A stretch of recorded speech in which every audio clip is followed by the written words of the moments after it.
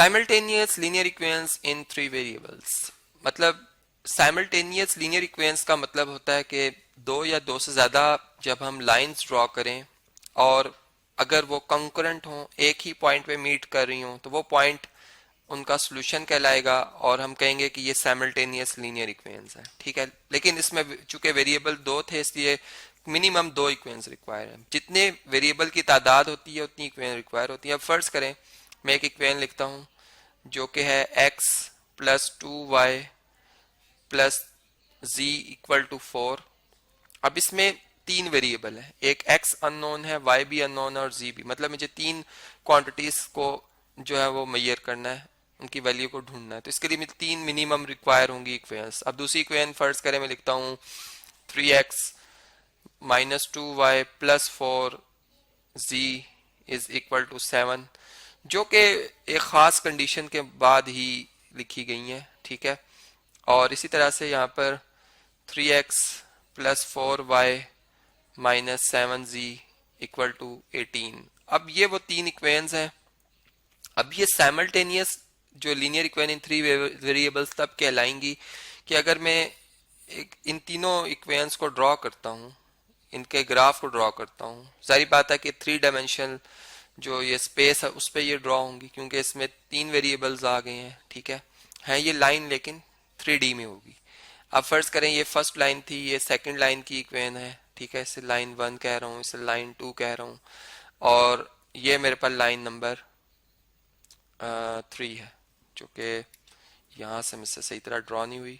ठीक है जी, फर्ज करें ये है, तो मैं ये कहूँगा कि ये मेरे पास अब इनका ये जो पॉइंट है ये सॉल्यूशन सेट होगा और ये साइमल्टेनियस लीनियर इक्वेशन है इन थ्री वेरिएबल्स। ठीक है जी, ये है जी सॉल्यूशन सेट, जो कि फाइंड करना मैं आपको इसे नेक्स्ट लेक्चर में इसको थॉरली समझाऊंगा कि कैसे हम फाइंड कर सकते हैं।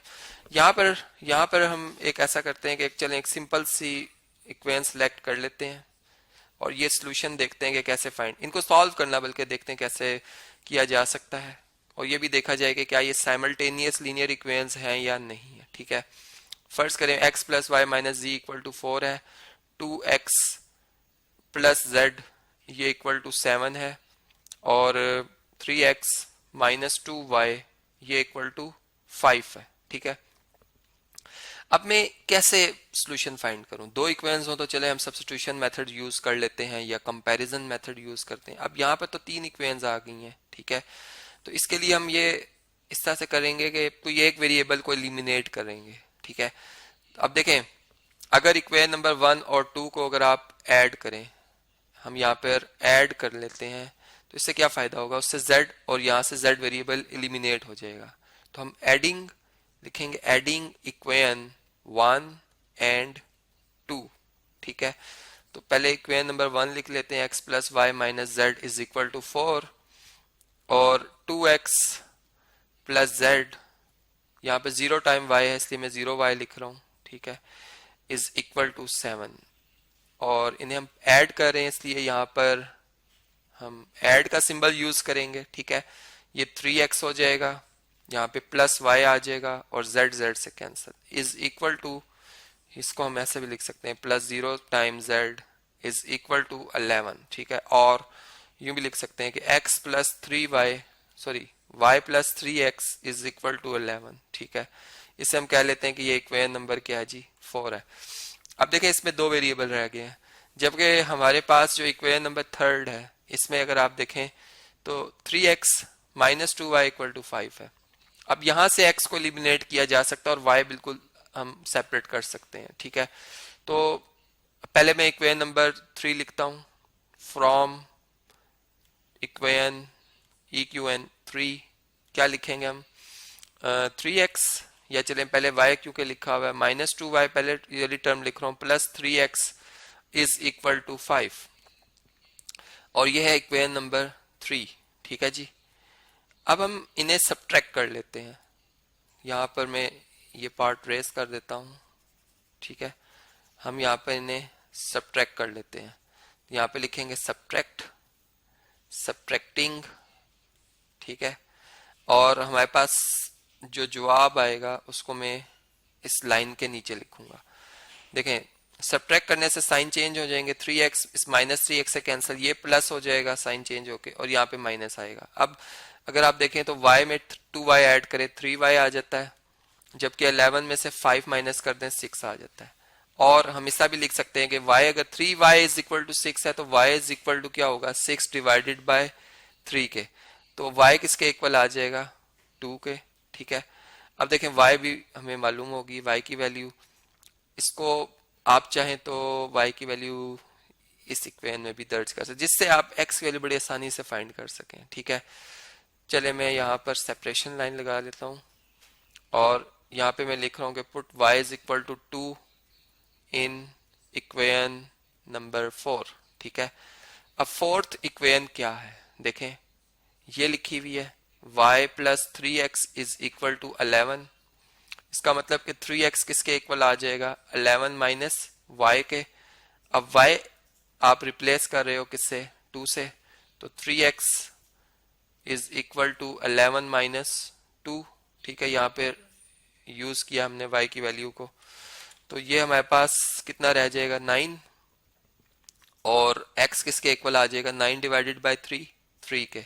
x भी मालूम हो गया, इससे पुट कर लेते हैं, x की इस वैल्यू को पुट कर लेते हैं ताकि z मिल सके। तो देखें इक्वेशन नंबर 2 से हम z निकाल सकते हैं, put x equal to 3 in equation number 2 equation में देखें 2x plus z is equal to 7 लिखा हुआ है। अब यहाँ पर हमने x की जगह क्या लिख देना है, हमने x की जगह 3 लिख देना है।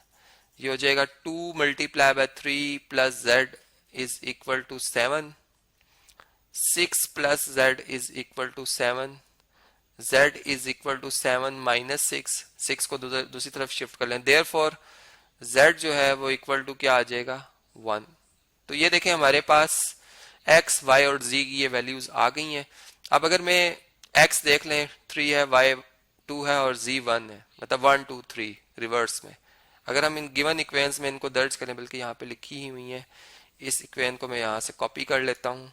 ठीक है, और अब इनकी वैल्यूज को यहाँ पे अगर दर्ज करें हम, तो देखें ये वेरीफाई हो रही है।